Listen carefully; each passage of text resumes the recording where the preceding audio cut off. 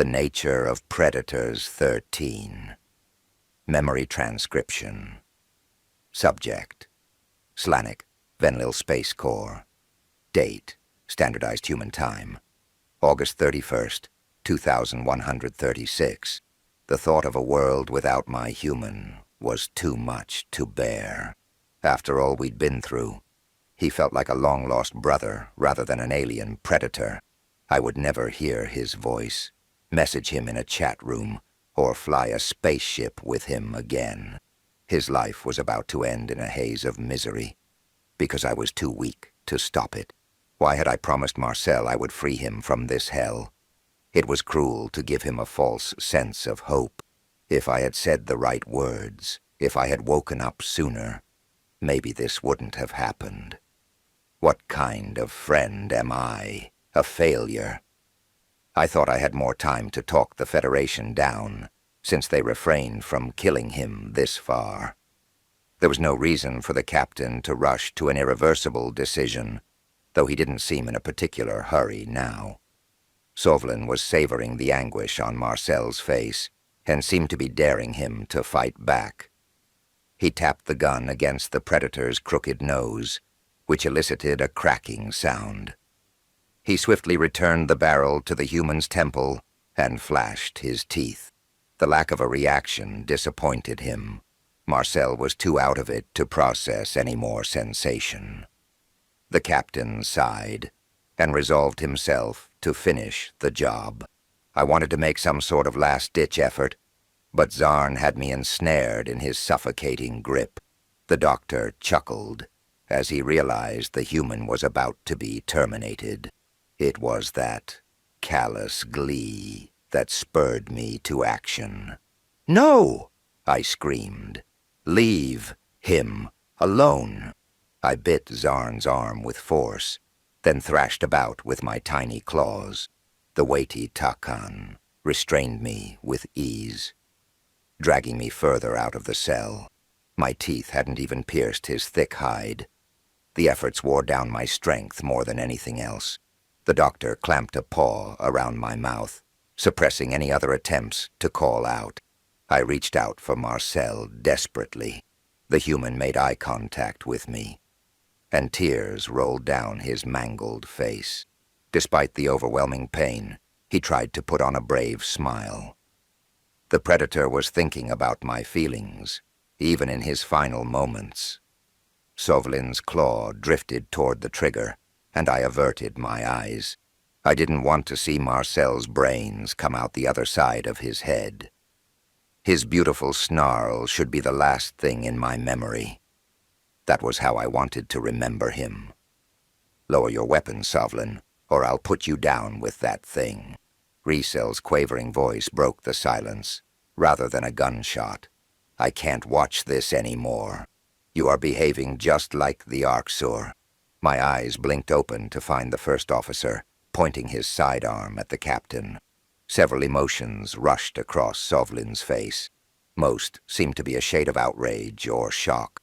The Gojid was relishing his assault of the predator, and didn't appreciate having the finale cut off.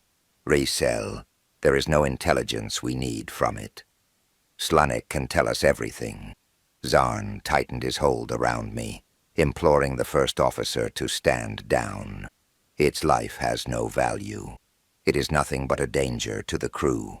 In the case that it gets loose, it is sapient.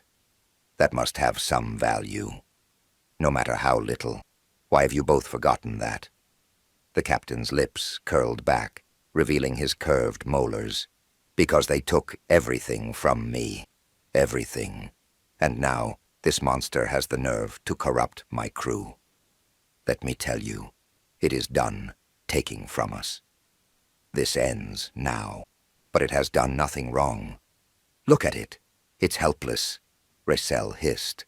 "You've beaten it half to death. So you think this human is sweet too?" Sovlin sneered. "It thirsts for blood just like the Arksur do. It is a violent creature at its core, its rotten core. Marcel savors the hunt. If it was honest, it would admit it. The only time Marcel ever showed any violent impulses was after he watched the Arxur torture Venlil children, I thought. The captain isn't wrong about human bloodlust, but they have reasons to kill. It's not anger born from a place of cruelty. The first officer swallowed nervously. Are aggression and compassion mutually exclusive? We don't know. There could be more to the story. If there's a chance it wanted peace and we kill it, what does that make us? It makes us heroes. I think you're a damned fool if you give it the chance to do the exact same thing the Arxur did.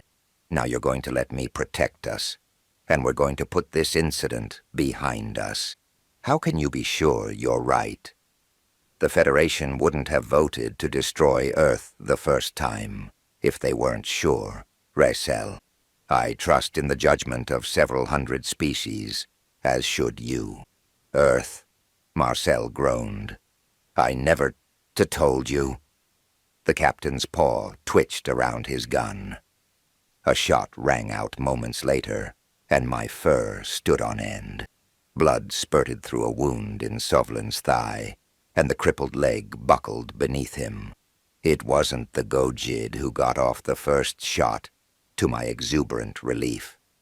Raisel tackled the spiky male away from the human. The first officer disarmed his superior and cast a blank stare at the prisoner. The proximity to Marcel seemed to bother him, though he tried to keep his wits.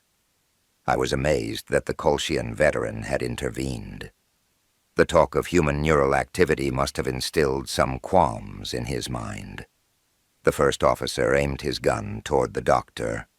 If he turned to the tertiary threat, he must be satisfied that Sovlin was restrained, and Marcel was incapable of lunging at him. I yelped as I felt a sudden tug around my waist. Zarn was propping me up as a shield and trying to load a syringe. "Let the Venlil go, Zarn," Raisel spat. "You don't want to hurt him. I don't want to hurt Slanik, but I need to fix him. He's ill. Release him, now." The doctor pressed a needle to my throat, ignoring my whimper. Or what? Or I remove the human's collar, and we find out. The predator was in no condition to move. It was obvious to me that he was on the brink of losing consciousness. I think Raisel knew the threat was empty, but it worked like a charm on the doctor. Zarn's grip slackened, and I slithered out of his arms in a flash. My sprint to Marcel's side was a blur of elated bliss. The human yelped as I dove atop his chest, forgetting about the inflamed bruises. He pushed me off of him, with care not to hurt me. Gritting his teeth, he tried to sit up, but didn't get farther than raising his head. My stomach flipped at the sight of his nose, twisted to the side, with the skin turning a deep purple already. "Did you tell them?" Marcel croaked. I tilted my head. "Tell them what? About Earth? They're going to... No. It's a long story, but we've got to warn your people." While my eyes were averted, Raisel placed a makeshift gag around Sovlin's mouth. The captain was squirming, his voice muffled to grunts. The first officer had resorted to pacing back and forth, palming his head in frustration. I assumed he was at a loss for what to do with Marcel. Intervening to spare the human's life was simpler than releasing him. At the end of the day, Raisel was a frightened Kolshian with a gun. He was the primary obstacle in our path to getting Marcel home. I contemplated an angle of persuasion, since my odds of fighting him unarmed seemed paltry. If the human dies, why did he shoot his own captain, I thought. Surely he realizes he's too far in to back out now. He wouldn't want his treason to be for naught. "Raisel, we've got to get Marcel out of here." "He needs a doctor," I pleaded. "I know. And Zarn would poison the thing as soon as treat it." Raisel sighed. "If there's billions of these predators out there, I suppose letting this one go isn't going to make a difference. I better not give him time to change his mind. He really sounds like he's having second thoughts. I flicked my ears toward Marcel.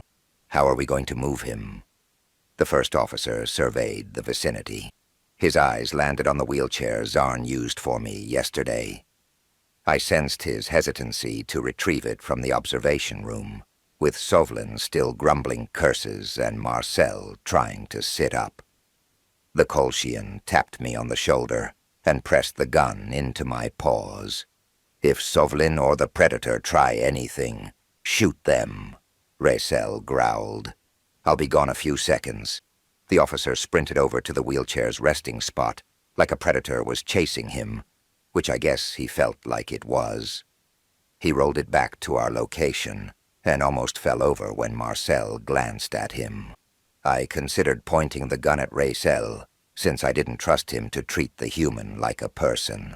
The Kolshian was a bystander to Sovlin's torture, after all.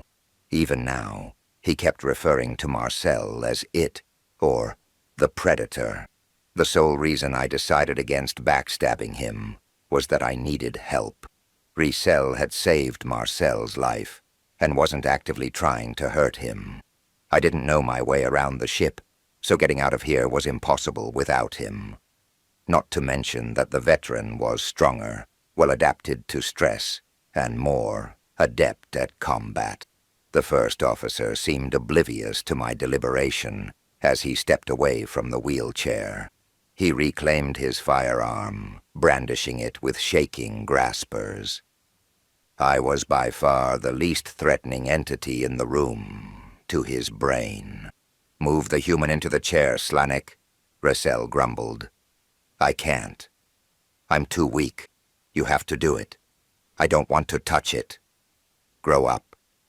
"He won't bite," Raisel huffed, but slowly knelt by Marcel. He reached out with a grasper and hissed in disgust as it touched sweet-soaked skin. His breathing devolved to sporadic gasps as the fear chemicals became unbearable. When he lifted the Predator, I worried his grip might falter.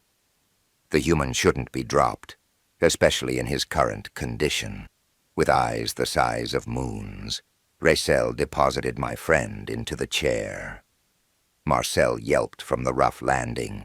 My lip curled up without thinking, an instinctive warning not to hurt the Predator. "Don't give me that look, Slanek. I'm trying my best," the first officer spat. "I don't see you doing anything helpful. I want to help. I'd do anything, really. Gah. I'm sorry. That was harsh. I apologize." Raisel took a deep breath and positioned himself behind the Predator. "This is overwhelming for me, okay?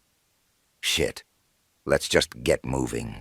Marcel was wheeled out of the cell by the trembling Kolshian, past the watching Zarn. I made eye contact with the doctor during my own exit. A Federation officer, carting a wounded Predator away, with a mesmerized Ven-Lil in tow. Suffice to say, it wasn't his desired outcome. The Takan seemed to be having an aneurysm at the sight of our posse. "You're making a big mistake. Humans are sociopaths." "Murderers," Zarn screeched. Raisel pointed at the doctor. "You get in that cell and treat Sovlin. I'd prefer if he doesn't bleed out." The medic bared his teeth at us. He slunk inside with reluctance and began tending to the captain's injury with his kit. Raisel pressed a button outside the cell, and the door slid shut. Several clicks indicated that it locked behind us. Clearly, the first officer didn't want his devious shipmates pursuing us or tipping us off to the crew. Realization flashed in the doctor's eyes, and he slammed a paw on the wall in frustration. "Why didn't I do that to you all?" Zarn wailed. Raisel snorted, waving a shiny object. "Because I have the key." The hint of a smirk played at Marcel's face, which showed he was still conscious. I was pleased to see him responsive. though I hoped he didn't start laughing. The last thing we needed was the first officer thinking the human was growling. It was going to be difficult to get a battered predator out unnoticed as things were. "Resell, aren't the crew going to wonder why the predator got loose?" I asked. "Won't they freak out?" The first officer thought for a moment. He yanked the fire alarm, then pressed a button on his holo pad to trigger an evacuation order. An automated message relayed the command to abandon ship, while the overhead sprinklers doused us in cold water. This guy is smart. I'll give him that, I thought. Maybe he will be useful. Nobody would question an officer moving a high-value prisoner under emergency procedures. In his current state, Marcel appeared sedated, so that might limit panic, too. Giddiness abounded in my mind at the thought of freedom. Returning home with my best friend might have been a trip to paradise, as far as I was concerned. It felt like we had been given a new lease on life. With uncertain steps, Riesel guided us into the shuttle bay. Several ear-piercing screams were our greeting, once the crewmates detected the half-conscious predator. The way they pointed at Marcel made me seethe. The people nearest to the entrance tripped over themselves in their haste to get away. The first officer ignored them, pushing Marcel toward an unoccupied shuttle. He carried the human with less overt fright this time. His delicacy as he placed the predator in the back seat surprised me. The fact that he noticed his prior mistake, through the haze of terror, showed a great deal of empathy. Riesel clicked the harness over Marcel's withered chest, which was forcing out shallow breaths. The Kolshian felt the human's pulse. The concern in his eyes reignited my own worries. The heartbeat must have been rapid or erratic. The first officer found a blanket under the seat and draped it over the predator's barren form. It was undeniably a kind gesture. Riesel seemed to care. Whether he would admit it was another question. As reluctant as I was to forgive the officer for his role in Marcel's abduction, I was worried about what would happen to him next. We couldn't leave the man who saved us behind to hang for treason. "Come with us." I jumped into the pilot seat, firing up the launch sequence. "You can't stay here, Riesel. They'll have you hanged. I'd rather face whatever the Federation has in store for me than live surrounded by humans." The first officer took a last look at Marcel, blinking rapidly. "But I wish you both well. For the sake of us all, I pray you're right about this. Please, you don't have to see the humans. I'm sure the Venlil will take care of you, and we can put you somewhere far away from them. For Marcel's sake, we have to dock at the outpost, assuming it's still there," I thought. "I'm not sure how the humans would react to Riesel's presence, but we can cross that bridge when we get to it. But that's not the point. I deserve to hang, Slanek." The officer's composure crumbled, and he buried his face in his tentacles. "I don't know what came over me back there. I'm a traitor. You stopped a murder. And now, this is our only chance to stop a genocide. If Earth is adaged, there will be no chance of peace. Not now, maybe not ever, will the fate of the Federation he's what we do. Are you really going to set thou Alda Riesel stepped off the craft, a torn look on his face?" He stood motionless and pondered my words. No wise veteran wanted another predatory enemy. That would ensure that the Federation lost the war. With a reluctant sigh, the first officer clambered back onto the ship. He squeezed into the back seat beside Marcel, leaning away from him. Regret was already etched on the Kolshian's gelatinous features. I suspected this would be a long ride for our Federation savior.